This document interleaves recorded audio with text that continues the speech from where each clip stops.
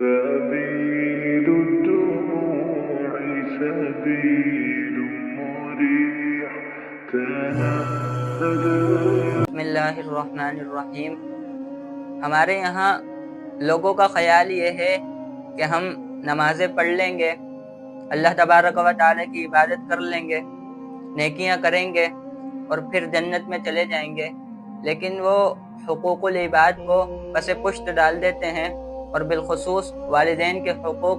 یہ بات یاد رکھیں کہ اللہ رب کریم نے ارشاد فرمایا انشکر لی ولی والدیک، کہ میرا بھی شکر ادا کرو اور اپنے ماں باپ کا بھی شکر ادا کرو. کچھ احکام ایسے ہیں کہ جن کا ایک دوسرے سے بڑا گہرا تعلق ہے، کہ جس طرح فرمایا اطیعوا اللہ و اطیعوا الرسول، اللہ اور اس کے رسول کی اطاعت کرو. اب اگر کوئی اللہ کی اطاعت کرے گا اور رسول اللہ کی اطاعت نہیں کرے گا تو اسے کوئی فائدہ نہیں ہوگا. فرمایا اقیموا الصلاۃ و آتوا الزکاۃ، نماز قائم کرو، زکوٰۃ ادا کرو. اب اگر کوئی نماز پڑھتا ہے اور زکوٰۃ ادا نہیں کرتا تو نماز پڑھنے کا بھی اس کو کوئی فائدہ نہیں ہوگا. اسی طرح فرمایا انشکر لی ولی والدیک، کہ میرا بھی شکر ادا کرو اور اپنے والدین کا بھی شکر ادا کرو.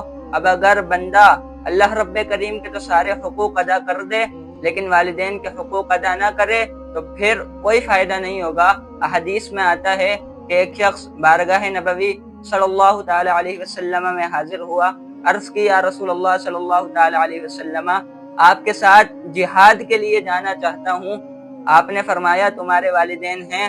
عرض کی جی ہاں. فرمایا جاؤ ان کی خدمت کرو، یہ بہتر ہے. فرمایا کہ جہاد میں جاؤ اور والدین کی رضا نہ ہو تو پھر کیا ہوگا؟ تو تمہارا جہاد کرنا قبول نہیں ہوگا. حضرت عبداللہ ابن عباس رضی اللہ تعالی عنہما کے پاس کچھ لوگ آئے، عرض کی حضور یہ مقام اعراف کیا ہے؟ فرمایا جنت اور جہنم کے بیچ ایک مقام ہے جس کو اعراف کہا جاتا ہے. اس میں نہریں بھی ہیں اور درخت بھی ہیں، پھل بھی ہیں. اس پر وہ لوگ رہیں گے کہ جو اپنی ماں باپ کی مرضی کے خلاف اللہ کی راہ میں جہاد کے لیے گئے اور وہاں لڑتے لڑتے شہید ہو گئے. اب اللہ کی راہ میں جہاد کرنا انہیں جہنم میں جانے نہیں دیتا اور ماں باپ کی مرضی کے خلاف جہاد میں جانا انہیں جنت میں جانے سے روکتا ہے. لہذا فرمایا مقام اعراف میں رک جاؤ. یہ ماں باپ کی نافرمانی یہ کس قدر جہنم میں لے جانے والا عمل ہے کہ رسول اللہ صلی اللہ تعالی علیہ وسلم نے ارشاد فرمایا کہ جب مجھے معراج کرائی گئی تو میں نے کچھ لوگوں کو دیکھا گیا کہ وہ آگ کی شاخوں پر لٹکے ہوئے ہیں. کچھ شاخیں ہیں آگ بنی ہوئی ہے اور وہ لوگ اس پہ لٹکے ہوئے ہیں. میں نے جبریل سے پوچھا اے جبریل یہ کون لوگ ہیں؟ فرمایا یہ وہ لوگ ہیں جو اپنے ماں باپ کو برا بھلا کہتے تھے. یہ اس قدر برا اور سخت عمل ہے اپنے والدین کی نافرمانی کرنا، انہیں برا بھلا کہنا.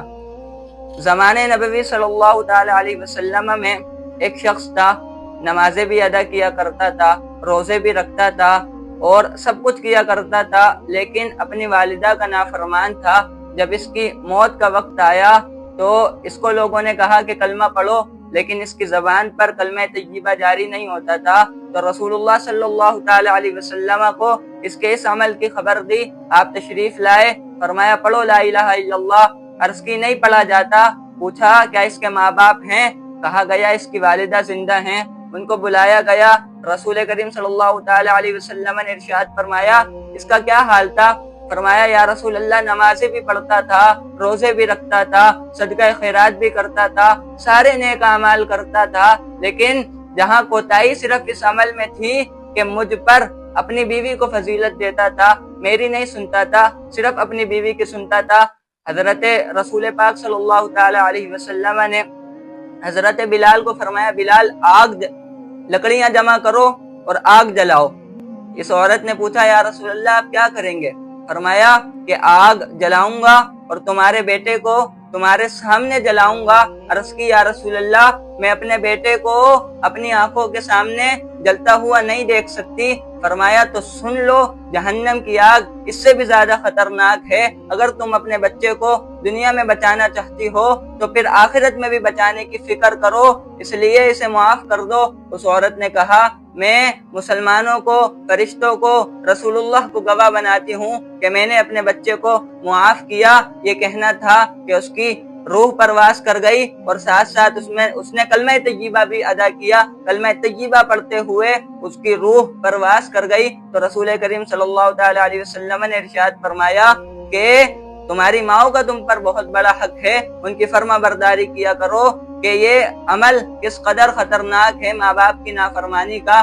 رسول اللہ صلی اللہ تعالی علیہ وسلم نے ارشاد فرمایا سب سے سخت عذاب 3 لوگوں کو دیا جائے گا، زانی کو، مشرک کو اور نافرمان اولاد کو. یہاں تک فرمایا گیا کہ نافرمان اولاد جب قبر میں جاتی ہے تو قبر اس کو اتنا دباتی ہے، اس قدر بری طریقے سے دباتی ہے کہ ادھر کی پسلیاں ادھر ہو جائیں اور ادھر کی پسلیاں ادھر ہو جائیں. یہاں تک بھائی بزرگ حضرت عوام بن حشب رضی اللہ تعالی عنہ فرماتے ہیں کہ میں ایک سفر میں تھا، میرا گزر قبرستان سے ہوا. میں نے دیکھا کہ ایک قبر پر ایک بوڑھی عورت بیٹھی ہوئی تھی اور اسی اثناء میں قبر پھٹی اور ایک شخص نکلا کہ جس کا منہ گدھے جیسا تھا اور پورا جسم انسانوں کی طرح تھا. وہ قبر سے نکلا اور 3 مرتبہ گدھے کی طرح چلایا اور واپس قبر میں چلا گیا. مجھ سے کسی نے کہا کہ کیا آپ جانتے ہیں اس کا معاملہ کیا ہے؟ فرمایا اس کا معاملہ کیا ہے؟ فرمایا یہ جو قبر پہ بیٹھی ہے یہ اس کی ماں ہے اور یہ اس کا بیٹا ہے جس نے آوازیں نکالی گدھے کی طرح. اس کا عمل یہ تھا کہ یہ روز شراب کا عادی تھا.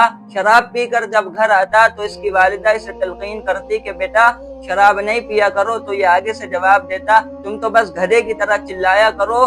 اس کے بعد جب اس کا انتقال ہوا تو عصر کا وقت تھا. اس کے بعد سے یہ عمل جاری ہے کہ روز عصر کے بعد اس کی قبر پھٹتی ہے، یہ قبر سے نکلتا ہے اور 3 مرتبہ گدھے کی طرح چلاتا ہے اور واپس قبر میں چلے جاتا ہے.